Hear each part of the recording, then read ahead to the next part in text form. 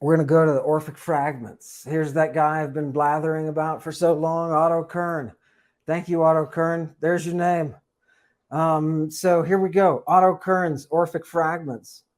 Number 2, please. Yes, here we go. I'm going to look at, this is from Diodorus Siculus. Diodorus Siculus, give us Diodorus's picture, please. This is, just a made-up representation. For all we know, he looked nothing like this, right?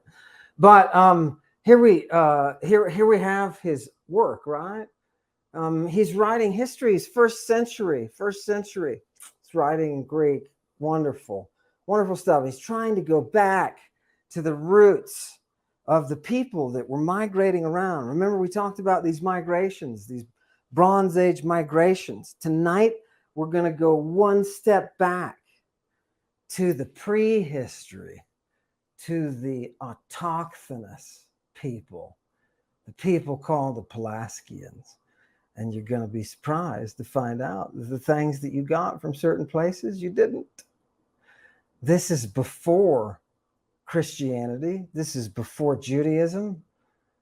Yeah, this is before any of the monotheistic religions, before those things were kicking off. Well, they had some in Egypt too, right? But before those movements within the mysteries kicked off, we have these Pelasgians, and we have these rites preserved within the language. And I'm going to take you back to some of the old language. We're going to go to the Virgin, right? We're seeking the Virgin. Yeah, the maiden, right? Yeah, please. So in this fragment, what do we have here? Number 4, this is from Diodorus. And he says, ton de unlinon fasi tois pelaskikois grammasi. That's the words I want you to hear. Pelaskikois grammasi.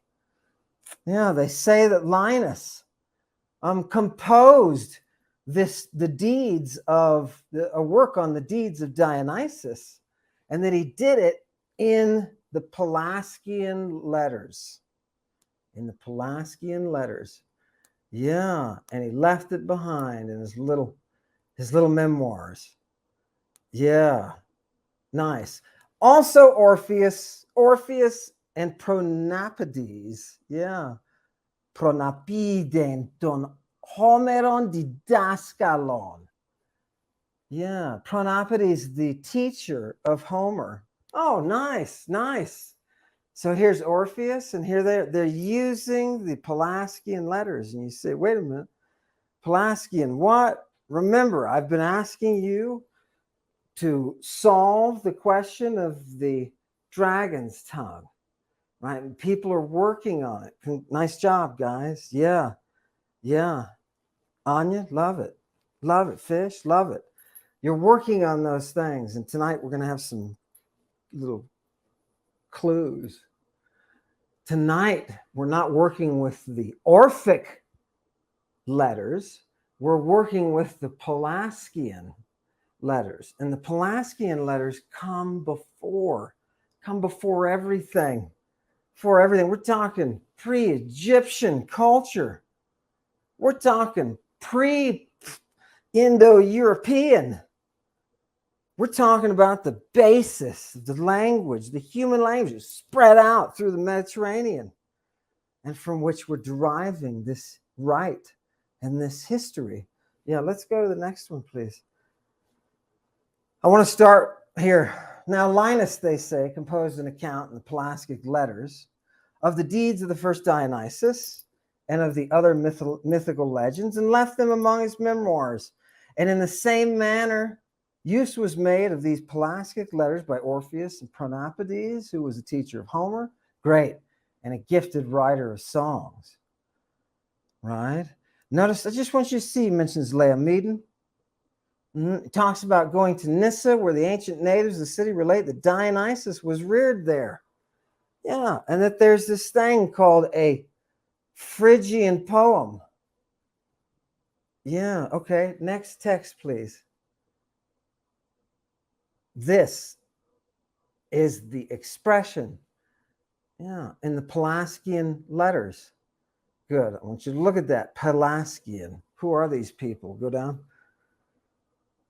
This then is the account of Dionysius. Among the Greeks, Linus was the first to discover the different rhythms and song.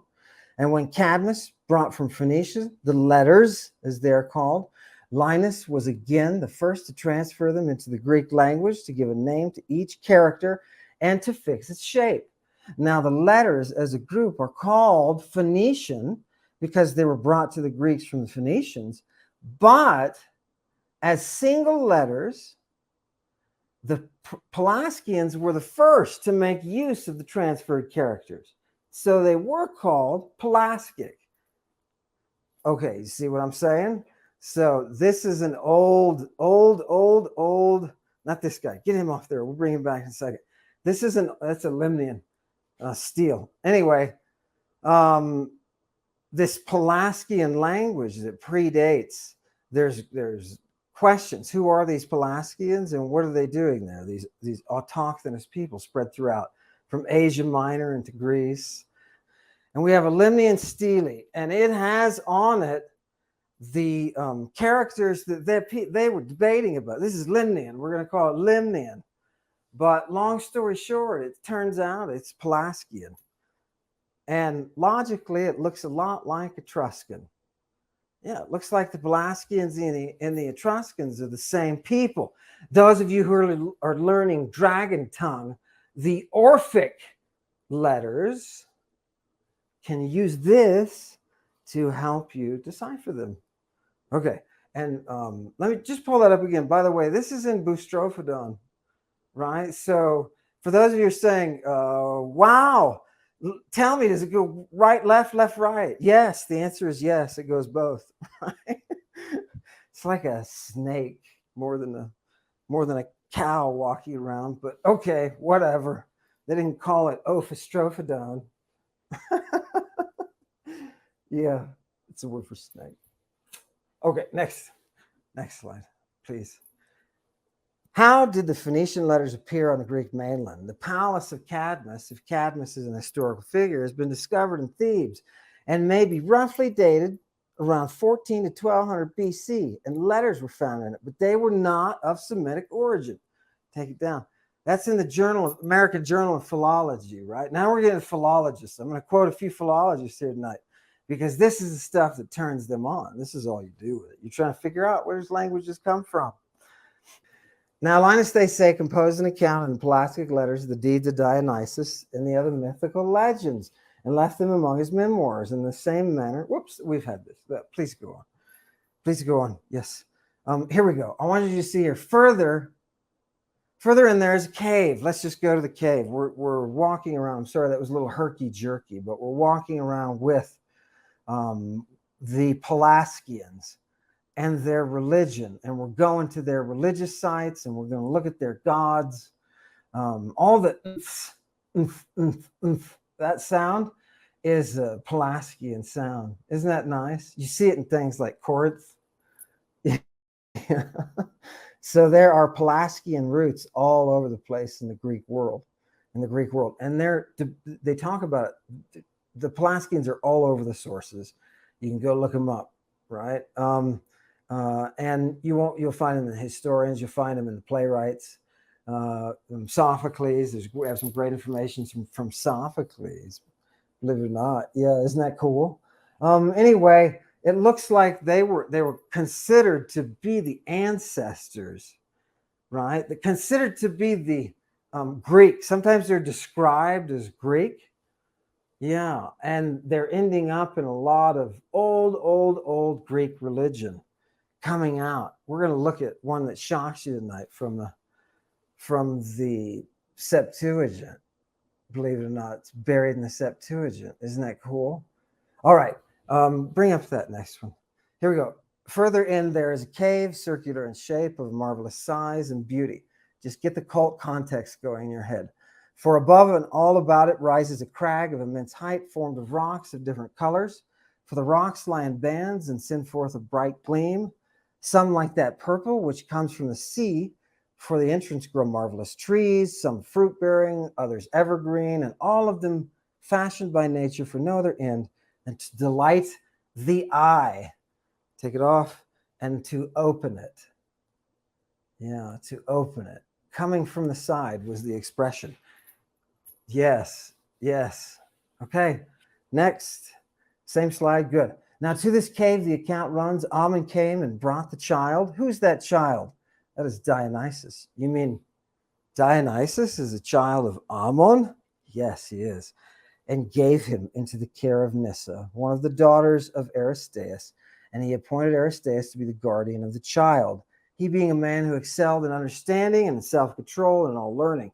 The duty of protecting the boy against the plottings of his stepmother Rhea he assigned to Athena, who a short while before had been born of the earth and had been found beside the river Triton. Good, good. That's why we call her Tritonian. Nice. We need to find a location and a place for this. We need to zoom in with the language. We need just to let the language carry us to that place. We're keeping our hand on the rope in the cave as we go through it. As we go through it. Good. Next text. Yeah, I'm not going to read all this. I just want you to see when the valor and fame of Dionysus became spread abroad, Rhea, angered at Ammon, strongly desired to get her Dionysus into her power. Okay, I want you to realize there is a struggle going on and that you see the word Crete. Right? As for Cronus, the myth relates, after his victory, he ruled harshly over these regions, which had formerly been Ammon's. Okay, take it off. Yes, the father of the first Dionysus. The father of the first Dionysus is usurped by the Saturn. Yeah, okay. All right, so that should put you in some context. Yes, since the Libyans had said to Dionysus before the battle that as the time when Ammon had been driven from the kingdom, he had prophesied, that's what I want you to see. Ammon is the prophetic god. There is a reason that that cult is spread throughout the Mediterranean and always has that oracular current to it. Always has that oracular current to it. The Dodonian prophecy that is so important to the Greeks, right? Everybody goes to Dodona, right? That's just the way it is. It's one of the big, big oracles. And that's Pelasgian. Yes, yes. So you see the operation. People say, did this come from Egypt? Did this come from, what about this settlement? What about the Phoenicians? There were no Phoenicians around. They only called themselves Phoenicians because of what the Pelasgians were doing. And the name Pelasgian, as a classical philologist, looks like it comes from the word for purple, the purple dye. Yes, yes, the purple dye. Do we have that? Bring us up. Yeah, pelagium, right? Relating to the sea, right? Pelagios in the Greek. We're following the Romans here, right? Sea mussels. Go back to that, please. Sea mussels. Look at that. Sea mussels. Follow the way down the pages to Roman numeral number 2. And look at B, pelagium, the purple color. Our Pelasgians are originally of the purple. The Phoenicians who take their grammata, who transmit that grammata to the Greeks, are calling themselves the purple people. Yeah, the purple people. We're talking prehistory, right? Prehistory is where this is coming from. So don't try to tell me how it is that some antinomian got involved because he doesn't exist for thousands of years. Yeah. Your Christianity and your Judaism, they're non-existent. They don't exist. But the oracular Saturnian religion that they're promoting, this chance to have ionic life, this thing is very real and very much out of this old prehistoric people. Please, next slide. Wonderful. Egyptians. I see you're Egyptian and I raise you Pelasgian. Pelasgos. Yeah. Look at the under A. Just look at the first word in Greek. Dodonen. Yeah. Dodonen pelasgon hedranon. Oh, the seat of Pelasgian Dodona. Look on the second line down. I told you Dodona was big, right? That's Hesiod, by the way. Look at Tursenoi. And right away, you say, wait a minute, the Pelasgians were the Tursenoi? Yes, yes. Wait, I know the Tersinians, also called by the Greeks the Tyrrhenians, that they were those people that the Romans, with their Venus's tongue, called the Etruscans. Yeah. Yeah. Yeah. Fantastic. So if you look at Etruscan, you're going to find out it looks just like the old Pelasgian, right? Which scholars and classical philologists will have sat around for decades, a century, debating, 2 centuries, debating what the origins of these words are. Some people say, oh, it looks like it's related to Thracian, and trying to trace it, right, where it comes from originally. Yeah, and it always goes back through the river of the Mycenaean Greek, right? It's one of the places that it just made its currents known. Give us another. Yeah, and Circe. So coming to the Etruscans brings us to Italy, and it brings us to Circe. And Circe, the daughter of Helios, Hyperion's son, loved steadfast Odysseus and bore Augeas and Latinus. Oh, wait a minute. What? Latinus? That has the word Latin in it. Who was faultless and strong. Oh, good for him. Also, she brought forth Telegonus by the will of Golden Aphrodite. Why Golden Aphrodite? That's a cult title. That's the Aphrodite who's involved in the production, right? And they ruled over the famous Tersinians. Nice. Next. You see, the cult is really what's pushing and driving everything. And this is the area. You see the Libyans in the south. We have Carthage there. We have Sicily, where Diodorus happens to be from. And the Tyrrhenian power here. This is a Pelasgian power. This is an early power in the cult. Go ahead. Oh, it's gorgeous. Next, please. What are these people? They are autochthon. They are of the chthon. You don't call their Zeus a Zeus. You call him a Chthonian Zeus. Yeah, a Chthonian Zeus.